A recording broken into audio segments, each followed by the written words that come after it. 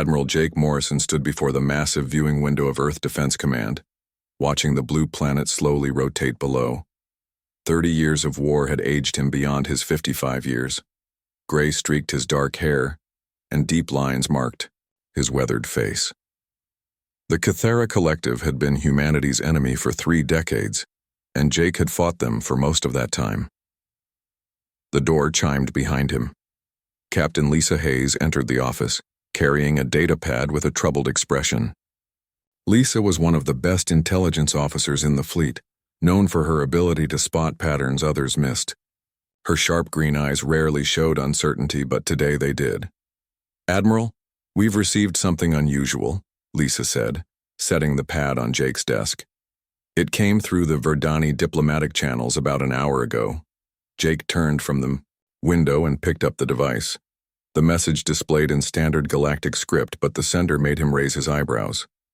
High Command of the Kythera Collective had sent a formal communication to Earth. In 30 years of war, the insectoid aliens had never initiated diplomatic contact. "They want peace talks," Jake said after reading the message. "On Zarian Prime, neutral territory." "Yes, sir, and look at their terms." Lisa highlighted sections of the text. Complete withdrawal from all contested systems, reparations for war damages, exclusive trading rights for rare minerals, technology sharing agreements. Jake frowned. The terms were too generous, almost insulting in their obviousness. The Kythera were proud warriors who viewed compromise as weakness. They had never retreated from a fight, never shown mercy to defeated enemies. This message went against everything humanity knew about their psychology. "What does Dr. Carter think?" Jake asked. Dr. Sam Carter was Earth's leading expert on Kythera behavior. The middle-aged scientist had spent years studying captured communications, interrogating prisoners, and analyzing alien cultural patterns. His insights had saved countless human lives during the war. "He's reviewing the message now," Lisa replied. But his initial reaction was the same as mine. "This doesn't match established Kythera behavioral patterns." Jake activated his communication system and called Sam to his office.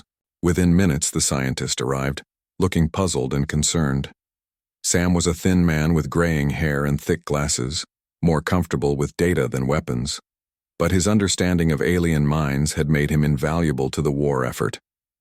"Admiral, this message makes no sense," Sam said immediately. "The Kythera don't negotiate from positions of weakness. They've been winning recent battles in the Outer Rim. Their fleet strength is at an all-time high. Why would they suddenly offer these terms?" "Maybe they're tired of fighting," Jake suggested, though he didn't believe it himself. "No, sir, that's not how their minds work. Kythera society is built on dominance hierarchies. Showing weakness leads to death or exile. Their leaders would rather fight to extinction than appear weak to their subordinates." Lisa pulled up tactical displays showing recent battle reports. Red markers indicated Kythera victories, blue showed human wins. The map was mostly red. "They've captured 3 major systems in the past 6 months," she said. "Their plasma weapons are still superior to our kinetic systems. Our only advantages are mobility and tactics, but those won't win a long war." Jake studied the data carefully. Humanity was losing slowly but steadily. Earth's resources were running low, and civilian populations were growing tired of endless conflict. The political pressure for peace was enormous. "What if it's legitimate?" he asked. "What if they've decided the war costs too much?" Sam shook his head. "Admiral, I've studied their culture for 15 years. The Kythera don't think like humans. They don't calculate costs and benefits the way we do. For them, surrender means death. They would literally rather die fighting than accept defeat. But they're not surrendering," Lisa pointed out. "They're offering a treaty that benefits them as much as us. The reparations they're offering are substantial, but they get exclusive trade rights and technology sharing." Jake walked back to the window thinking hard. Below, Earth continued its ancient rotation, unaware that its fate might depend on decisions made in this room. Billions of people looked to their leaders for protection, for wise choices in an uncertain universe. "Sir, there's another factor to consider," Lisa said carefully. "President Brooks is under enormous political pressure. The peace movement is gaining strength. If we refuse these talks, we might face internal problems as well as external ones. Jake knew she was right. President Helen Brooks had contacted him twice in the past week, asking about possibilities for ending the war. The economy was struggling under military spending. Families had lost sons and daughters to Cathara weapons. People wanted peace, even if it meant accepting unfavorable terms. The council will vote on this tomorrow, Jake said. They'll probably decide to attend these talks regardless of our military assessment. Then we need to be prepared, Lisa said firmly. If this is a trap, we can't walk into it blind. Sam nodded agreement. The Cathara are capable of elaborate deceptions. Their minds work differently than ours, but they're not stupid. If they're planning something, it will be sophisticated and dangerous. Jake made his decision. Lisa, I want you to prepare a full intelligence analysis. Assume this is a trap and work backwards. What would they gain? How would they do it? What would be their ultimate goal? Yes, sir. Sam, I need everything you can tell me about Cathara deception tactics. How do they lie? What patterns do they follow? What mistakes might they make? I'll have a complete psychological profile ready by tomorrow. Good. Because regardless of what the council decides, we're going to those talks prepared for anything. After his staff left, Jake remained at the window. Far below, lights began twinkling as Earth's night side rotated into view. Somewhere in those lights were families hoping for peace, soldiers training for war, and leaders trying to make impossible choices. The Cathara message felt wrong in every way that mattered, but sometimes wrong choices led to right outcomes. Sometimes walking into a trap was the only way to spring it. Jake activated his personal communication system and began making calls. If humanity was going to Zirion Prime, they would go ready for both peace and war. The aliens might be planning a trap, but humans had their own surprises. The next phase of the war was about to begin, disguised as peace talks. Jake intended to make sure humanity survived it. 3 weeks later, Admiral Jake Morrison walked through the corridors of the UES Harmony, watching his crew prepare for departure. The ship looked like a standard diplomatic vessel from the outside, painted in peaceful white and blue colors with Earth's symbol prominently displayed. But Jake knew better than anyone that appearances could be deceiving. Captain Lisa Hayes met him in the main corridor, carrying a tablet full of reports. Her expression was carefully neutral, but Jake could see the tension in her shoulders. Behind her, workers in civilian clothing moved equipment that definitely wasn't diplomatic supplies. How are the modifications coming? Jake asked quietly. Dr. Foster says another 6 hours, Lisa replied. The power coupling for the main systems is more complex than expected. They walked past a group of men who appeared to be maintenance workers. Jake recognized Lieutenant Ben Parker among them, though Ben wore no uniform or rank insignia. Ben was one of Earth's best special forces officers, trained in close combat, electronic warfare, and rapid assault tactics. He wasn't on this ship to fix broken equipment. Any word from intelligence about Cathara fleet movements? Jake asked. Lisa shook her head. Nothing concrete. Some unusual traffic near the Zirion system, but it could be normal patrol activity. The aliens aren't making any obvious preparations.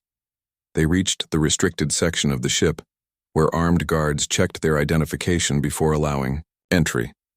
Inside, the peaceful diplomatic vessel revealed its true nature. Hidden weapon systems lined the walls, covered by panels that could drop away in seconds. Advanced targeting computers hummed quietly, running continuous system checks. Dr.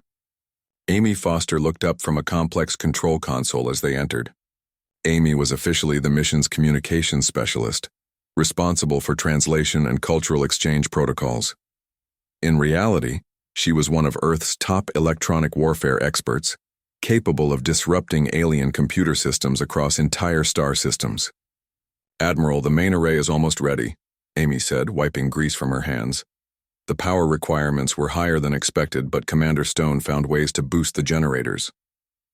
What's our capability? Jake asked. Full spectrum jamming. Across 12 different frequencies. Signal interception with real-time decryption, and if necessary, Viral injection into any networked system within 50 kilometers. Jake nodded approvingly. If the Kithara were planning to use superior technology against humans, they would find their own systems turned against them. Commander Rick Stone emerged from behind a bank of machinery, his engineer's uniform stained with lubricants and coolants. Rick had been modifying ships for 20 years, but this project was his masterpiece. The Harmony could switch from diplomatic vessel to warship in under 30 seconds. Admiral, we've installed backup power systems for all critical functions, Rick reported. If they try to disable us with electromagnetic weapons, we'll stay operational. The enhanced shielding can handle anything short of a direct hit from a battleship. And the deployment systems? Ready, sir. Weapons, shields, and combat armor can all activate simultaneously. The crew will have full protection within 10 seconds of activation. Jake felt a mixture of satisfaction and unease. They were as prepared as possible for treachery, but he still hoped the peace talks would be genuine. War had cost humanity too much already. Every family on Earth had lost someone to Kithara weapons. Dr. Sam Carter joined them, carrying a thick folder of research documents. Over the past weeks, Sam had compiled everything known about Kithara psychology, culture, and deception tactics. His findings were disturbing. Admiral, I've finished the behavioral analysis, Sam said. The aliens are definitely capable of this kind of elaborate deception. They've used similar tactics against other species in the past. What did you find? The Kithara have a concept they call hunting stillness. It's when a predator appears calm and peaceful to lure prey within striking distance. They've used this tactic in 7 documented conflicts over the past century. Lisa frowned. So you think this is definitely a trap? I think it fits their psychological patterns perfectly. They offer generous terms to make us overconfident. They choose neutral territory to appear reasonable. Then they spring their trap when we're most vulnerable. Jake studied the research data. Every instinct told him Sam was right, but the political reality remained unchanged. Earth needed peace even if it meant taking enormous risks. The council voted yesterday, Jake announced. We're going to Xerion Prime. Nobody seemed surprised. The political pressure had been building for weeks. President Brooks had made several public statements about humanity's commitment to peace. The media was already calling it the most important diplomatic mission in human history. When do we leave? Rick asked. Tomorrow morning. The ceremony is scheduled for noon Earth time. Ben Parker approached from across the room. In civilian clothes. He looked like an ordinary technician, but Jake knew better. Ben's team of diplomatic security specialists were all veterans of the most dangerous missions in the war. They'd volunteered for this assignment, knowing they might not return. Sir, my people are ready, Ben reported. We've studied the layout of Xerion Prime and prepared for multiple scenarios. If this goes bad, we'll be ready. I hope it won't come to that. So do we, sir, but hope isn't a strategy. Jake spent the next hour reviewing final preparations. Every system had been tested and retested. Every contingency had been planned for. The crew knew their roles and accepted the risks. As evening approached, Jake found himself alone in his quarters, staring at a photograph of Earth. His wife and children lived on that blue world, trusting him to make decisions that would keep them safe. Every choice he made could determine whether they had a future. Lisa knocked on his door and entered when he called. She'd changed into her dress uniform for tomorrow's departure ceremony, but her expression remained troubled. Second thoughts? She asked. Every minute, Jake admitted. But sometimes you have to take risks to achieve peace. And sometimes peace is just another word for surrender. Jake looked at her carefully. Lisa had been his intelligence chief for 5 years, and he'd learned to trust her instincts completely. What's your best assessment? He asked. Give me odds. Lisa was quiet for a long moment. 70% chance it's a trap, 20% chance it's legitimate, but they'll change their minds when they see we're prepared for treachery. 10% chance we actually achieve peace. Those aren't good odds. No, sir, they're not. But they're better than the odds of winning this war through military action alone. Jake nodded slowly. The mathematics of war were cruel, but clear. Humanity was losing slowly but steadily. Their only hope was to change the game entirely. Tomorrow, We find out which universe we're living in, he said. The one where peace is possible or the one where it's just another weapon. The next morning, the UES Harmony launched from Earth orbit with great ceremony. News cameras broadcast the departure across human space. Politicians made speeches about hope and courage. Families gathered to watch their representatives leave for the most important diplomatic mission in history. But inside the ship, the crew prepared for war. The UES Harmony dropped out of hyperspace at the edge of the Xerian system, and Admiral Jake Morrison immediately felt his suspicions confirmed. Through the main view screen, he could see at least 20 Kythera warships arranged in perfect formation around the neutral moon. The alien vessels were massive, their dark hulls bristling with plasma weapons and shield generators. "That's not a diplomatic escort," Captain Lisa Hayes said quietly beside him. "That's a battle fleet." Commander Rick Stone studied his sensor displays with growing concern. "Admiral, I'm reading active weapon systems on all those ships. Their shields are powered but not raised. They're ready for immediate combat." Jake nodded grimly. The Kythera had brought enough firepower to destroy a dozen ships the size of the Harmony. Either they were very paranoid about security, or they were planning something that required overwhelming force. "Take us to the designated coordinates," Jake ordered, "but keep our own systems ready for rapid activation." As the Harmony approached Xerian Prime, Jake could see the moon's surface through the tactical display. A magnificent crystalline structure had been built specifically for these negotiations, rising from the gray landscape like a frozen flower. It was beautiful and impressive, exactly the kind of setting that would encourage trust and cooperation. Dr. Sam Carter joined them on the bridge, studying the alien fleet through his own sensors. "Admiral, their formation is interesting. It's not defensive or escort positioning. They've arranged themselves to create overlapping fields of fire." "Around what?" "Around us, sir. Once we enter that formation, they can target us from multiple angles simultaneously." Lisa pulled up tactical projections on her screen. "If this is a trap, they've positioned themselves perfectly. We'd be surrounded with no escape route." The communication system activated, and an alien voice filled the bridge. The translator rendered the clicking, buzzing sounds of Kythera speech into understandable English. "Human vessel, this is Hive Mind Zektar of the Kythera Collective. You are welcome in our space. Please proceed to landing coordinates and prepare for historic negotiations."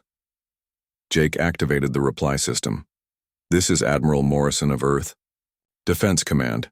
We're honored to participate in these talks and hope for a peaceful resolution to our long conflict." The formal pleasantries continued for several minutes while the Harmony descended toward the moon's surface. Jake noticed that Kythera ships were subtly adjusting their positions, maintaining their tactical advantage as the human vessel moved. Lieutenant Ben Parker appeared on the bridge wearing a formal diplomatic uniform, but Jake could see the outline of body armor beneath the fabric. Ben's team was scattered throughout the ship, ready to respond to any threat within seconds. "Sir, Dr. Foster reports unusual electromagnetic signatures from the alien ships," Ben said quietly. "Looks like jamming equipment and targeting systems." "Acknowledged. Tell everyone to stay alert but maintain diplomatic protocols." The Harmony settled onto the landing pad near the crystalline structure. Through the viewports, Jake could see Kythera warriors arranged in ceremonial formations. The aliens were impressive creatures, standing nearly 8 feet tall with 4 arms and glossy black exoskeletons. Their movements were precise and coordinated, like a well-trained military unit. "They're beautiful in their own way," Lisa observed. "And absolutely terrifying," Jake agreed. The Kythera had evolved from pack hunters on a harsh world, and it showed in every aspect of their behavior. Even their peaceful gestures carried undertones of dominance and aggression. The human delegation prepared for the surface meeting. Jake wore his dress uniform with full decorations, projecting authority and dignity. Dr. Carter carried translation equipment and cultural references. Lisa brought intelligence analysis tools disguised as diplomatic tablets. They left the ship, accompanied by Ben's security team, who maintained professional demeanor while scanning for threats. The Kythera greeting party approached with formal ceremony, their movements synchronized and intimidating. Hive Mind Zektar was larger than the Other aliens with additional limbs and more elaborate decorations on his exoskeleton. When he spoke, the other Kythera remained perfectly still, showing the rigid hierarchy that defined their society. Admiral Morrison, welcome to Zarian Prime. I am honored to meet the leader of human military forces. Your reputation for tactical cleverness precedes you. The comment seemed friendly, but Jake heard undertones that made him uncomfortable. Dr. Carter had warned him that Kythera compliments often contained hidden threats or challenges. Thank you, Hive Mind Zektar. Humanity appreciates your willingness to seek peaceful solutions to our differences. The alien's compound eyes studied Jake for several seconds before responding. Indeed, peace benefits all intelligent species. Come, let us begin negotiations that will shape the future of this galaxy. They walked toward the crystalline structure, surrounded by both human and Kythera guards. Jake noticed that the alien warriors carried plasma weapons openly, while his own people kept their arms concealed. The message was clear. The Kythera felt confident about their superior position. Inside the negotiation chamber, Jake was impressed despite his suspicions. The room was designed for maximum comfort and beauty, with perfect acoustics and stunning views of space through transparent walls. Everything was arranged to encourage cooperation and trust. The formal negotiations began with elaborate ceremonies and speeches about mutual respect and shared goals. Zektar presented detailed proposals for territorial arrangements, trade agreements, and technology sharing. On paper, everything looked generous and reasonable, but Jake noticed troubling details that confirmed his worst fears. The Kythera delegates showed subtle signs of anticipation rather than resignation. Their body language suggested excitement about future events, not sadness about ending a profitable war. During a break in negotiations, Lisa approached Jake with disturbing intelligence. Admiral, I've been monitoring Kythera communications. They're using military encryption protocols, not diplomatic ones, and there's increased chatter about timing and coordination. Any specific threats? Nothing direct, but they keep referencing something called the harvest. Dr. Carter says it's a term they use for capturing valuable prisoners. Jake felt his stomach tighten. The evidence was mounting that these peace talks were elaborate theater designed to put humanity at a disadvantage. But he had to continue playing his role until he was certain. Dr. Carter approached with his own concerns. Admiral, I've been observing their interaction patterns. The Kythera are displaying dominance behaviors toward each other while maintaining submissive postures toward us. It's a classic manipulation tactic. Explain. They're trying to make us feel superior and confident while they prepare to strike. It's like a predator pretending to be weak to lure prey closer. On the second day of negotiations, Jake noticed increased activity around the Kythera fleet. Ships were moving into new positions, and energy readings suggested they were charging weapon systems. The aliens claimed they were conducting routine maintenance, but Jake knew better. Dr. Amy Foster contacted him through encrypted communication during lunch break. Admiral, my scans have detected something disturbing. The Kythera have installed sophisticated jamming equipment throughout this facility. They can cut off our communications with Earth at any moment. Can you counter it? Not all of it. They've been planning this for months, maybe years, but I can disrupt their systems if we need to fight our way out. That evening, Jake called a private meeting with his senior staff. The evidence was overwhelming. The peace talks were a trap designed to capture or kill Earth's leadership. The question was what to do about it. We could leave immediately, Lisa suggested. Claim a family emergency or technical problems. That might work, Sam agreed. But it would also confirm their suspicions that we see through their deception. Jake studied the tactical situation carefully. The Kythera had overwhelming advantages in ships, weapons, and position. If they wanted to destroy the human delegation, they probably could. But Jake sensed they wanted something more valuable than simple destruction. They want us alive, he realized. This isn't about killing us. They want to capture Earth's leadership and extract military secrets. That would explain the elaborate deception, Ben said. Dead leaders can't reveal classified information. Jake made his decision. We continue the negotiations as planned, but we prepare for the worst. The next morning would bring the final day of talks and the signing of the peace treaty. Jake went to sleep knowing it would probably be the last peaceful night any of them would have for a long time.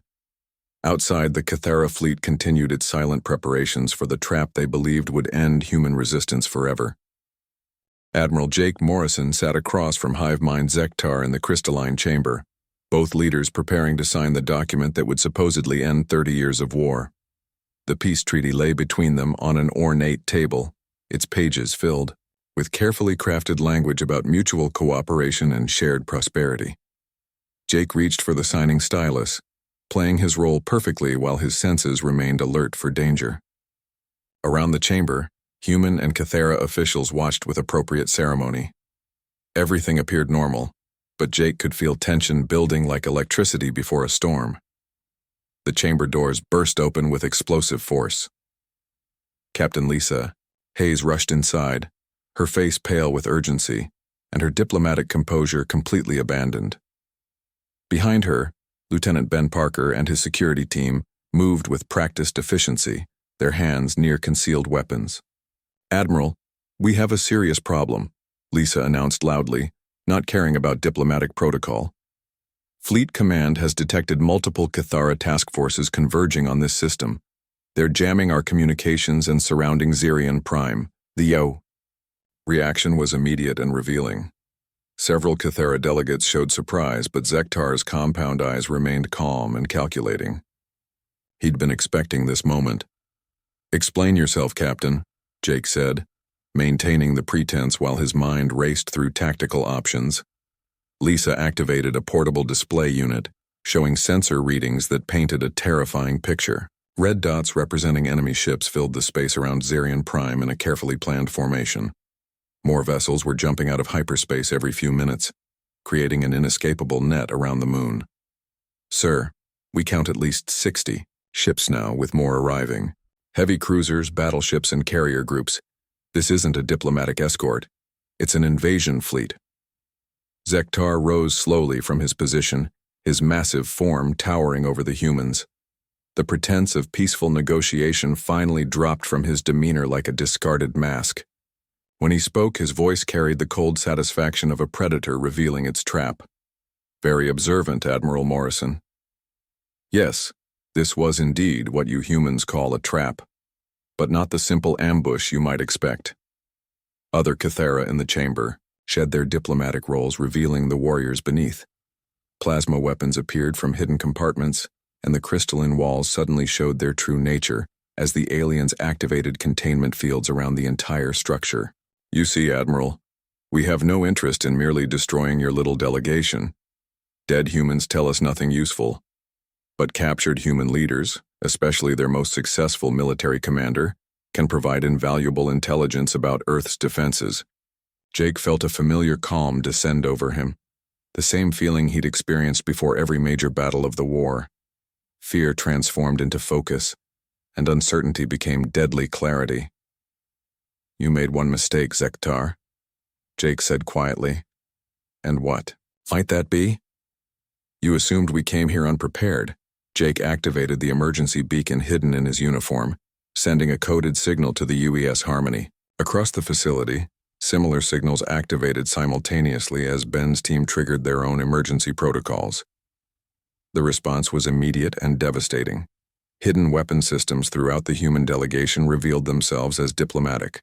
Covers fell away. Ben Parker's security specialists transformed from mild-mannered bodyguards into elite special forces, their concealed armor activating and weapons deploying. In orbit, the peaceful diplomatic vessel UES Harmony completed its own transformation. Hull panels slid away to reveal military-grade weapon systems. Shield generators powered up to full strength. The ship that had appeared helpless suddenly became a dangerous predator. Dr. Amy Foster's communication equipment unleashed its true purpose across the Cathara fleet. Electronic warfare viruses propagated through alien computer networks, disrupting targeting systems and creating chaos in their carefully planned formation. Ships that had been moving in perfect coordination suddenly found themselves blind and confused. "Impossible," Zektar hissed, his confidence cracking as reports flooded in from his fleet commanders. "Your ship was scanned. "You brought no weapons." "We brought exactly what we needed," Jake replied, drawing his sidearm. "The question isn't whether we brought weapons. The question is whether you're prepared for the kind of fight humans excel at." The crystalline chamber erupted into chaos as both sides opened fire. Plasma bolts scorched the air while human kinetic rounds punched through alien armor. The beautiful negotiation space became a battlefield where diplomacy died and war resumed with brutal intensity. Ben Parker moved like a professional killer, which he was. His team had trained for exactly this scenario, practicing close quarters, combat in confined spaces against superior numbers. They used the chamber's layout to their advantage, turning decorative elements into cover and escape routes. Jake found himself fighting alongside his people, rather than directing from safety. His pistol spoke repeatedly, each shot carefully aimed and devastatingly effective. Leadership meant sharing danger, not avoiding it. Above them, the space battle raged with equal intensity. Commander Rick Stone's modifications to the Harmony proved their worth as the human ship engaged multiple Cathera vessels simultaneously. Enhanced shields deflected plasma bolts while upgraded weapon systems returned fire with deadly accuracy. Lisa coordinated intelligence operations from a fortified position, using captured Kythra communication protocols to spread false orders through their network. Confusion multiplied as alien ships received contradictory commands, leading to friendly fire incidents and tactical mistakes. Dr. Sam Carter turned his psychological expertise into a weapon, broadcasting messages designed to exploit Cathara pack hierarchy. Lower-ranked warriors began questioning their commander's competence as the perfect trap fell apart around them.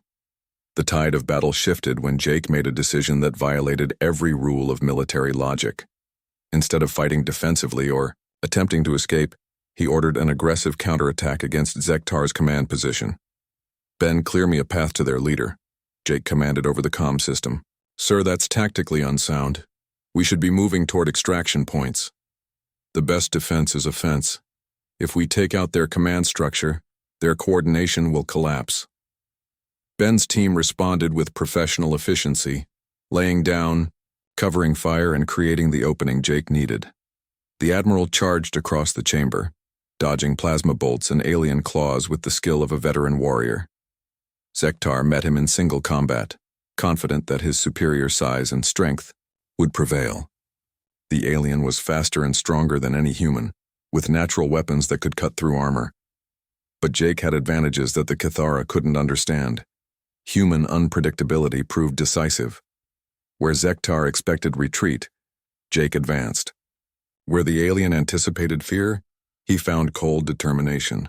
The fight was brief and brutal, ending when Jake's tactical knife found the weak point between armor plates that Dr. Carter had identified in his research. With their leader dead and their coordination shattered, Cathara forces began falling back. The trap had not only failed but reversed itself, with the hunters becoming the hunted. In space, the Harmony broke free from the alien formation, its superior human tactics allowing it to outmaneuver larger vessels. Several Cathera ships had already been destroyed, while others fled the system in disarray. As the immediate fighting ended, Jake surveyed the scene of devastation. The beautiful crystalline chamber was scarred by weapons fire and alien blood. The peace treaty lay forgotten on the floor, its pages scattered and stained. "Status report," he called to his team. "Cathera fleet is in full retreat," Lisa reported. "We've captured several of their officers and significant intelligence data. Casualties? 3. Wounded, none seriously. The aliens definitely got the worst of this exchange." Jake looked down at Zektar's body, feeling a mixture of satisfaction and regret. War was a terrible thing, but sometimes it was the only response to predators who saw mercy as weakness. "Signal the fleet," he ordered. "Tell them we're coming, home with proof that humanity can't be easily deceived or defeated." The message would spread quickly through both human and alien space. Earth's enemies would learn that humans prepared for peace, but remained ready for war. And sometimes, that readiness made all the difference between victory and extinction. The battle raged across multiple fronts as Admiral Jake Morrison coordinated humanity's response to the Cathara trap. In the crystalline chamber, his team fought with the precision of professionals who had expected exactly this betrayal. The Bow. Aliens had planned for helpless victims, but they found prepared warriors instead. Lieutenant Ben Parker moved through the chamber like a predator hunting prey. His special forces training showed in every movement as he eliminated Kythera warriors with deadly efficiency. The aliens were stronger and faster individually, but humans fought smarter, using teamwork and tactics to overcome physical disadvantages. "Admiral, we need to reach the extraction point," Ben called over the sound of weapons fire. "The Harmony is taking heavy damage trying to cover our withdrawal." Jake emptied his pistol into another alien warrior before responding. "Negative. We're not running from this fight. Sir, with respect, we're outnumbered 50-1. Then we'll have to be 50 times smarter." Above them, Commander Rick Stone fought his own battle against impossible odds. The UES Harmony faced 20 Kythera warships, their plasma weapons turning space into a deadly light show. But Rick's modifications were proving their worth as the human vessel demonstrated capabilities the aliens never suspected. "Engineering to bridge." Rick's voice crackled over the communication system. "Shields holding at 60%. Weapons, systems fully operational. But Admiral, we can't maintain this much longer." Captain Lisa Hayes coordinated the electronic warfare campaign from her fortified position. Her fingers flew across control surfaces as she directed Dr. Amy Foster's virus attacks through the Kythera network. Enemy ships found their targeting computers malfunctioning, their navigation systems providing false information, and their communication protocols broadcasting human propaganda. "Amy, can you disrupt their fleet coordination?" Lisa asked.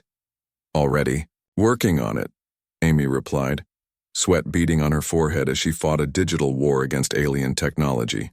"I'm feeding false positioning data to their tactical networks. Half their ships think they're firing at empty space." Dr. Sam Carter had positioned himself near the chamber's communication array, broadcasting psychological warfare messages that exploited Kythera cultural weaknesses. His understanding of alien pack dynamics was proving as deadly as any weapon. "Lower-ranked warriors, your leaders have failed you," Sam transmitted in perfect Kythera dialect. "They promised easy victory but delivered only death.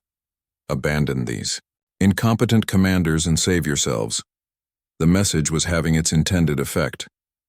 Kythera military hierarchy depended on perceived competence from leadership. As their perfect trap fell apart, subordinate warriors began questioning orders and hesitating in combat. Jake made a tactical decision that shocked both his own people and the aliens. Instead of fighting defensively toward extraction points, he ordered an aggressive push toward the Kythera command center. "All units advance on their leadership positions," he commanded. "We're going to cut the head off this snake." Ben's protests were immediate. "Sir, that's suicide. We should be withdrawing, not attacking. The best way to win this fight is to make it too expensive for them to continue." Jake led the charge himself, proving that human leadership meant sharing danger rather than avoiding it. His team followed with the loyalty that came from serving commanders who fought alongside their people. The Kythera had expected their superior numbers and position to guarantee victory. They hadn't planned for humans who refused to be victims, who turned apparent defeat into aggressive counterattack. Their psychological advantage crumbled as the hunters became the hunted. In space, the Harmony demonstrated why human tactics had proven so effective throughout the war.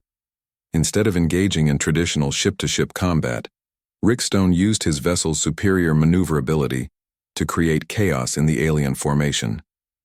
Ramming speed toward their flagship, Rick announced over the ship's communication system.